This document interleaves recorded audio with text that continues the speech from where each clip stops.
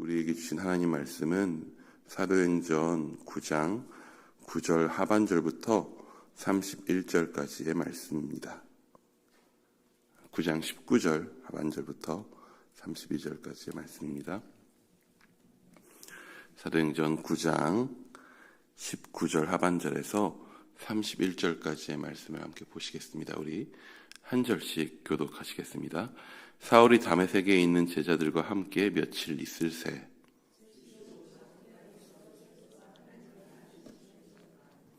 듣는 사람이 다 놀라 말하되 이 사람이 예루살렘에서 이 이름을 부르는 사람을 멸하려던 자가 아니냐. 여기 온 것도 그들을 결박하여 대제사장들에게 끌어가고자 함이 아니냐 하더라.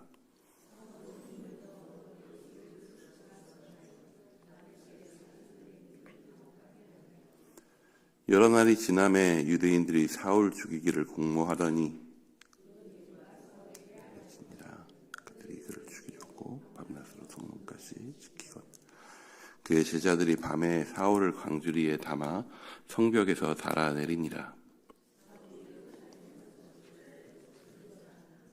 두려워하여 그가 대제됨을 믿지 아니하니 바나바가 데리고 사도들에게 가서 그가 길에서 어떻게 주를 보았는지와 주께서 그에게 말씀하신 일과 다메섹에서 그가 어떻게 예수의 이름으로 담대히 말하였는지를 전하니라. 또 주 예수의 이름으로 담대히 말하고 헬라파 유대인들과 함께 말하며 변론하니 그 사람들이 죽이려고 힘쓰거늘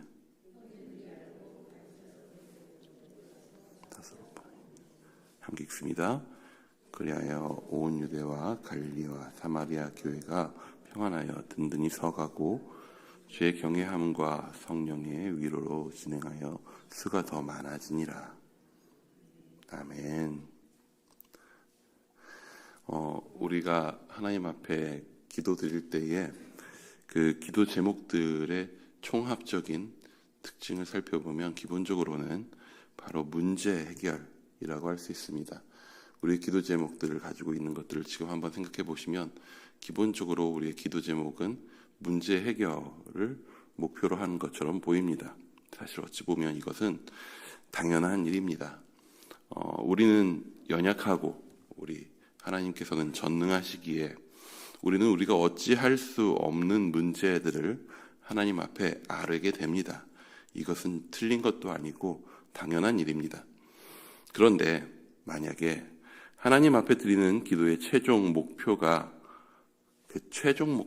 문제 해결이 된다면 우리가 하나님 앞에 드리는 기도는 그 기도의 행위는 궁극적으로는 그 목표를 절대 이루어내지를 못합니다. 당장에 지금 기도하는 문제가 해결될 수 있습니다. 하지만 그럼 문제가 해결되면 이제 더 이상 기도를 안 하게 되는가? 라고 하면 아닌 거죠. 우리의 삶에는 문제가 하나가 아니거든요. 당장에 있는 문제가 해결된다고 해도 앞으로 그 이후의 삶에서 계속적인 문제가 우리의 삶에는 반복되게 됩니다. 그렇다면 우리는 아무런 문제가 없는 삶의 문제가 하나도 없는 것을 기도의 제목으로 삼아야 하는가? 우리가 문제를 대하는 태도는 그게 맞는가? 라는 것들을 생각해 보게 됩니다. 우리는 지금 사도행전을 통해서 초대교회의 모습을 보고 있습니다. 교회 역사에서 가장 교회 다음의 원형이다라고 할 수 있는 초대교회입니다. 교회 역사 속에서 교회가 엇나갈 때, 문제가 발생될 때마다 우리가 다시 그때로 돌아가자라고 이야기하는 바로 그 초대교회의 모습을 우리는 보고 있습니다. 그렇다면 그 초대교회는 문제의 상황 가운데에서 그 문제를 어떻게 대하고 어떻게 기도하고 어떻게 그 상황 가운데 대처했는가라는 것들을 볼 필요가 있습니다. 초대교회 또한 마찬가지입니다. 그들도 문제 해결을 위한 기도를 합니다. 사도들이 위기에 빠졌을 때 그들 안에 병든 자가 있거나 힘겨운 문제들이 있을 때 그들은 그것을 놓고 하나님 앞에 기도했습니다. 그렇다면 그들이 그렇게 기도했을 때에 초대교회는 문제가 없는 공동체가 되었을까 하면 그렇지 않죠. 사도행전이 그리고 있는 초대교회의 모습은요, 그저 아무 문제 없이 평화롭기만 한 공간이 아니었습니다. 사도행전이 그리는 초대교회의 모습은요, 어찌 보면 문제투성이입니다. 외부적으로는 위협이 있었고 또한 내부적으로는 갈등이 계속적으로 반복되기도 했습니다. 하나님이 계획하시고 성령으로 임하셔서 온 세상을 향한 하나님의 계획을, 놀라운 일들을 이루어내어야 할 그 주체가 된 공동체 치고는 교회는 대개 연약했고요. 또한 여러 가지 문제들이 끊임없이 있어 왔습니다. 그런데 재밌는 사실은 무엇이냐면 교회는 세상이 바라보기에 연약하고 여전히 문제가 많았지만 그럼에도 불구하고 그 와중에 하나님께서는 교회를 통해서 자신의 계획하심을 계속 이루어가고 계신다라고 하는 것입니다. 사도행전 9장에 이르기까지의 과정들을 한번 다시 기억해 보면서 살펴보기 원합니다. 사도행전 9장에 이르기까지의 과정을 잘 살펴보면 하나님의 계획이 이루어지는, 하나님께서 이걸 이루겠다 하시는 일들을 이루시는 그 과정을 보면요, 항상 문제의 상황을 통해서 이루어지게 됩니다. 사도행전 2장의 성령 강림은 놀라운 사건이었죠. 하지만 마가다락방 120명에게 일어났었던 이 놀라운 사건은요, 어떠한 반응을 처음에 이끌어냈었냐 하면은 사람들의 놀라움과 함께 조롱을 받게 되었습니다. 세술에 취했다라고 하는 비아냥거림을 당하기도 했습니다. 하지만 이 외부의 오해와 조롱에 대해서 교회는 어떻게 반응합니까? 베드로를 통해서 이 일이 구약에 예언되었고 예수님을 통해서 성취된 사건임을 선포하게 됩니다. 그리고 그날 예루살렘에 교회가 세워집니다. 예루살렘과 온 유대와 사마리아와 땅끝까지라고 하셨었던 예수님이 말씀하신 그 지상명령 가운데에서 그 예루살렘의 교회가 시작되는 일이 어찌 보면 성령 강림과 더불어 그것에 대한 세상의 오해와 비아냥거림에 대한 대처에서 시작되기도 했다라고 하는 것을 우리는 보게 됩니다. 또한 그 교회의 역사가 진행되고 있었던 가운데 교회의 내부의 문제들이 드러나기도 했습니다. 아나니아와 삽비라의 사건이 있었습니다. 그들이 거짓을 말하고 속이려고 한 사건이 있었습니다. 하지만 이 사건은 결국에 어떠한 결과를 낳게 되느냐? 교회의 내부적인 건의가 단단해졌습니다. 그 가운데 교회가 더욱더 성장하게 됩니다. 헬라파 과부들이 구제에서 제외되었던 문제는 어떻게 결론이 나게 됩니까? 사랑으로 더더욱 잘 섬기기 위한 단단한 구조를 세워가는 모습으로 결론이 나게 됩니다. 그리고 우리가 알다시피 외부의 핍박이 극에 달하는 사건이 발생하게 됩니다. 바로 스데반 집사가 순교하게 되는 일입니다. 7 집사가 세워지고 이제 교회도 좀 안정되려나 라고 하는 그 믿음이, 그 안정될 틈이 있기도 전에 안정될 틈도 없이 너무나도 큰 핍박이 교회 가운데 발생합니다. 이제 확정적으로 예수를 믿고 교회가 된다라고 하는 것은 목숨을 걸어야 하는 일이 되어버립니다. 스데반의 일은 온 교회의 큰 슬픔이었고 그 일로 인해서 교회는 어떠한 일을 당하게 되냐 하면은 흩어짐을 당하게 됩니다. 사도들을 제외한 성도들이 대부분 예루살렘에서 흩어지게 되는 거죠. 교회가 흩어지게 됩니다. 그런데 이 큰 핍박의 결과는 무엇입니까? 8장 1절에 보면은 이런 식으로 이야기합니다. 그날에 예루살렘에 있는 교회가 큰 박해가 있어 사도회에는 다 유대와 사마리아 모든 땅으로 흩어지니라. 성령님이 임하시고 예루살렘의 교회가 시작되었습니다. 이제 단단하게 잘 세워지고 안정적으로 다른 지역에 분립개척할 것을 그려봐야 할지도 모르는 상황입니다. 하지만 일이 그런 식으로 흘러가지 않습니다. 교회에는 도리어 큰 핍박이 찾아왔고 큰 문제에 휩싸이게 되었습니다. 겉보기에 이 일은 교회의 큰 위기처럼 보입니다. 이제 시작했는데 그들이 흩어져 버렸습니다. 그런데 그 흩어짐의 장소들을 이렇게 이야기하죠. 유대와 사마리아로 흩어졌더라. 핍박당하고 큰 문제 가운데 처했지만 그 일은 도리어 예루살렘과 온 유대와 사마리아로 이어져야 하는 하나님의 계획을 이룹니다. 모든 평안과 모든 문제가 하나님의 손 가운데 있다라고 하는 것입니다. 세상의 어떠한 문제도 하나님의 계획을 막지 못합니다. 도리어 하나님께서는 더 큰 문제, 더 큰 파도가 더 큰 힘으로 강한 힘으로 배를 밀어줄 수 있듯이 하나님은 세상의 모든 대적하는 세력과 힘과 권세가 도리어 하나님의 계획 앞에 복종하도록 그 앞에 무릎 꿇도록 하십니다.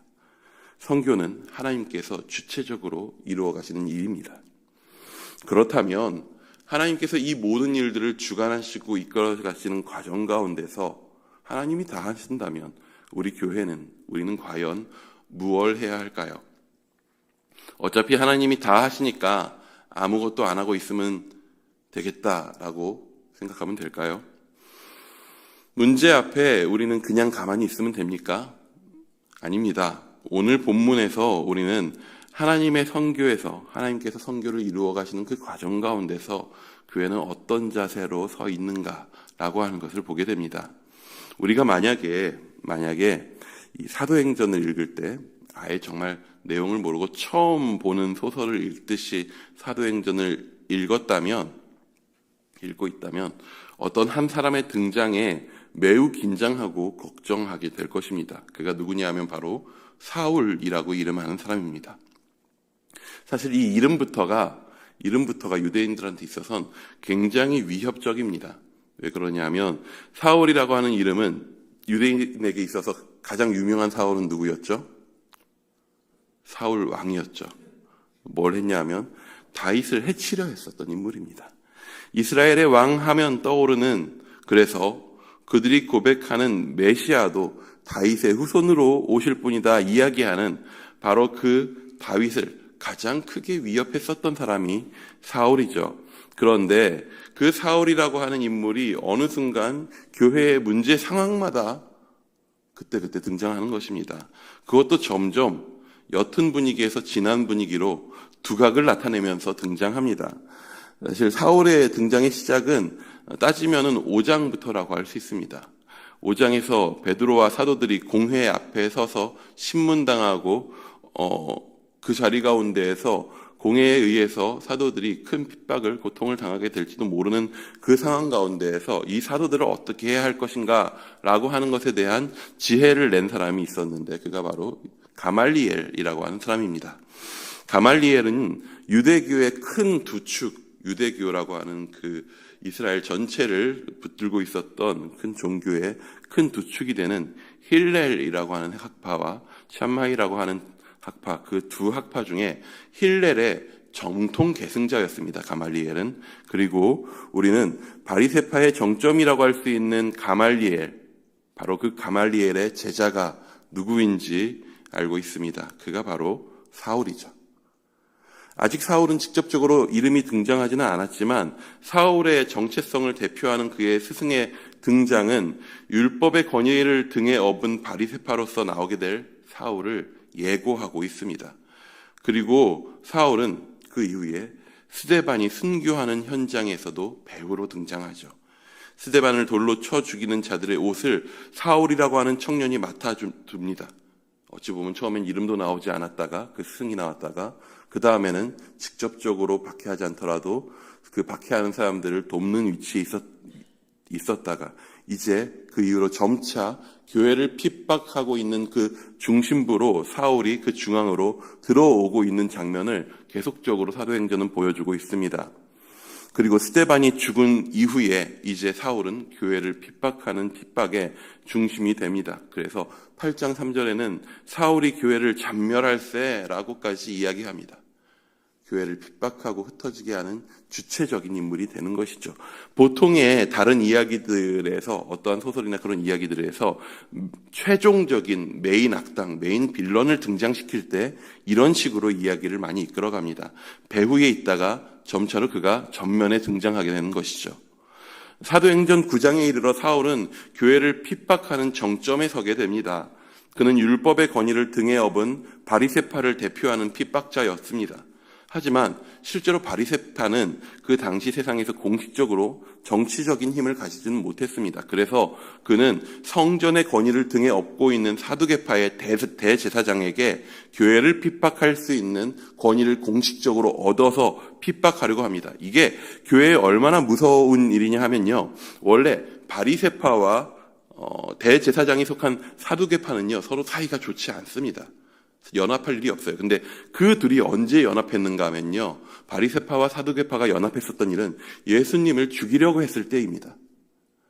교회에게 있어서는 자신들이 따르는 예수님을 죽이려고 한 이들이 다시 뭉친 상황인 것입니다. 그런데 사울이라고 하는 자가 그 두 권세를 등에 업고 교회를 멸하려 기세등등하여 다메섹을 향해 갑니다. 전에 없던 큰 위협이 교회에 닥치려는 상황이었습니다. 하지만 하나님은 어떻게 하십니까? 교회의 주이신 예수께서 친히 그에게 나타나십니다. 만약에 예수님이 사울에게 나타나셔서 그를 치셔서 아무것도 못하게 만드셨다면, 사도행전의 이야기는요, 어찌 보면 우리가 밖에서 많이 읽는 소설처럼 통쾌한 복수극이 되었을 것입니다. 주님의 교회를 건들면 이렇게 되는 거야 라고 하는 무서운 모범을 보여주는, 교회의 힘을 보여주는 사건이 되었을지도 모릅니다. 하지만 예수님은 어떻게 하십니까? 교회를 뒤덮을 가장 큰 파도를 몰고 오고 있었던 사울이 어떻게 됩니까? 예수님은 그를 교회를 땅끝으로 치고 나가게 하는 파도로 바꾸십니다. 그렇다면 그 과정에서 교회는 어떠한 역할을 합니까? 교회의 입장에서 사울은 위협적인 존재 그 이상이었습니다. 이미 예루살렘 교회를 잔멸하는 과정에 사울은 주도적인 입장을 취했습니다. 스데반의 죽음에도 간접적으로 관여했습니다. 즉 사울은 위협적인 존재를 넘어서 이미 교회에게 있어서는 원수 같은 존재입니다. 나와 함께하던, 내가 사랑하던 나의 가족인 교회의 일원들, 스데반의 죽음에 관여했었던 인물이 사울입니다. 교회 안에 사울을 원수로 생각하는 이들이 많이 있었을 것입니다. 그런데 그런 사울이 예수님을 만납니다. 교회를 핍박하러 왔다가 도리어 그가 눈이 멀어버린 자가 돼서 무력하게 다메섹에 도착했습니다. 아무것도 보지 못하고 무력해진 그의 상황에 그가 기도하고 있을 때에 갑자기 쓱 손이 머리 위로 얹어집니다. 위협적인 손길이 아니라 애정을 담은 손이 얹어집니다. 그리고 목소리가 들려옵니다. 형제 사울아. 아나니아였습니다. 자신에게 쫓겨 다메섹으로 몰려온 교회의 일원이었습니다. 자신이 말 그대로 잔멸하려고 했었던 자입니다. 그런 그가 눈멀고 연약해진 자기 자신에게 안수하고 자신을 형제라고 부릅니다. 이 장면에서 저는 다윗을 죽이려고 3,000명을 끌고 왔었던 사울의 모습이 겹쳐진 것처럼 보였습니다. 어떻습니까? 다윗을 죽이려 했었던 사울이 광야에서 대변을 보러 동굴에 들어갔죠. 그리고 그 동굴에 다윗이 있었습니다. 사울이 마치 오늘 신약의 사울과 같이 아무것도 보이지 않는 어둠 가운데에서 완벽하게 무장 해제된 상태로 있다가 나옵니다. 그리고 그 상황의 사울을 다윗은 해치지 않고 놓아줍니다. 그리고 멀리 떨어진 사울을 향해서 외치죠. 내 주 왕이여. 그 순간 다윗을 죽이려고 했었던, 사울을 붙잡고 있었던 악한 영들이 힘을 잃습니다.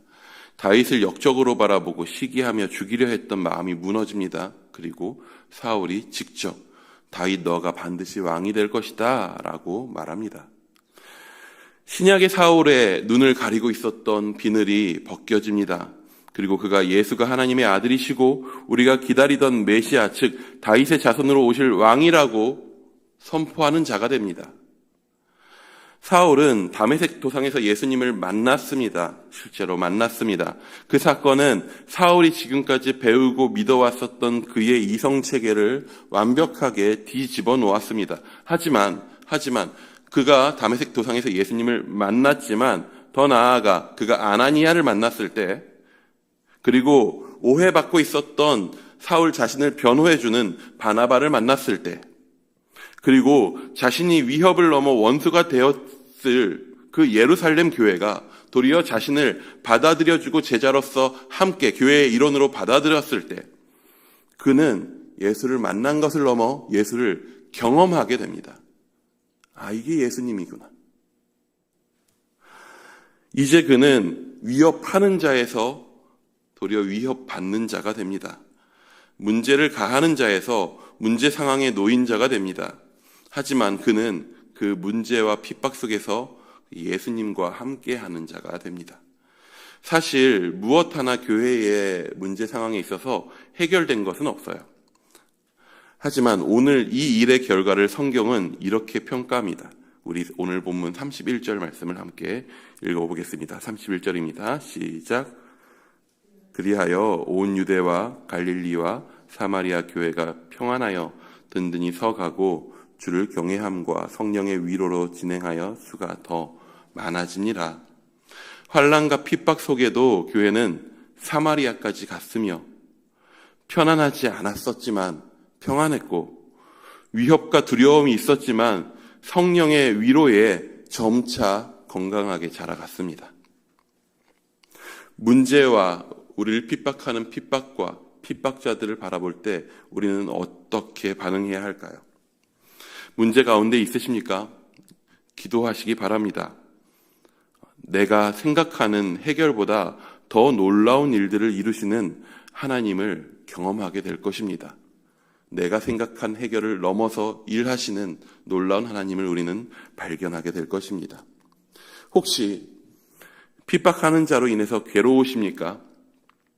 참 많이 봅니다. 가장 가까워야 할 남편이, 아내가, 부모님이, 자녀가 도리어 나를 핍박하는 자가 되어 예수님을 따르는 길에 방해하고 핍박하고 고통이 따르게 할 때가 참 많이 있습니다. 그런 경우를 많이 봅니다. 마찬가지로 기도하시기 바랍니다. 예수님께서 그를 가만두시지 않을 것입니다. 이 말은 가만두지 않아서 치실 것이다가 아니라 어떻게 하십니까? 반드시 만나 주실 것입니다. 그리고 변화시키실 것입니다. 그렇기에 초대교회가 그러했었던 것처럼 사랑하시기 바랍니다. 기도하고 사랑하시기 바랍니다. 하나님은 우리가 연약한 가운데에서 사랑할 때 도리어 핍박자를 붙들고 있는 악한 영의 건세를 무너뜨리십니다. 구약의 사울에게 그렇게 하셨던 것처럼, 그리고 신약의 사울 가운데 그렇게 일하셨던 것처럼 하나님께서는 핍박자를 바꾸어서 그를 통하여서 교회가 더욱더 큰 바다로 나아갈 수 있게 하는 파도를 만들어내시는 하나님이십니다. 우리가 그 하나님을 붙들고 오늘 모든 문제와 핍박과 핍박자들 가운데에서 기도로 승리하며 문제 가운데 주와 함께 동행함으로 기쁨을 누리는 참 교회 될 수 있기를 축원합니다. 기도하시겠습니다. 주님 감사합니다. 주님, 수많은 문제로 가득한 우리의 삶에도 주여 그럼에도 감사드립니다. 주님, 문제 가운데서 우리가 예수님의 이름을 부를 수 있고 예수님 찾을 수 있고 또한 힘겨울지언정 부르짖을 수 있어서 또한 감사합니다. 주여 아버지, 우리가 끊임없이 모든 문제 가운데 우리의 삶의 주인 되시는 주님 바라보게 하시고 기도하게 하시고 그 모든 문제 가운데서 도리어 그 문제들을 통하여 우리의 삶을 하나님의 계획으로 하나님의 비전으로 더욱더 아름답게 채우시고 만들어 가시는 하나님을 보게 하여 주시옵소서. 주여 우리 가운데 우리의 삶 가운데 우리를 고통스럽게 하는 핍박자를 주여 아버지 원수로 바라보지 않게 하시옵고 원수마저도 끝까지 사랑하사 십자가 가운데서 자신을 내어주신 예수 그리스도의 십자가를 함께 짊어지게 하사 주님 아버지 그를 위하여 기도하고 또한 그를 위하여 사랑할 수 있도록 주여 우리 안에 교회됨에 예수 그리스도의 그 넓은 품을 가질 수 있도록 인도하여 주옵소서. 우린 연약하여서 신음합니다. 힘겹습니다. 하지만 그 힘겨움의 토로 속에서 주여 더욱더 그것들을 이겨내고 그 가운데서 도리어 주의 일로 인하여서 새 힘을 얻어 주는 그리스도시요 살아계신 하나님의 아들이시라 선포하며 오늘을 살아낼 수 있는 능력을 주여 성령으로 우리 가운데 그 능력을 허락하여 주시옵소서. 지금 함께하여 주실 줄 믿사오며 살아계신 예수님의 이름으로 기도드립니다. 아멘.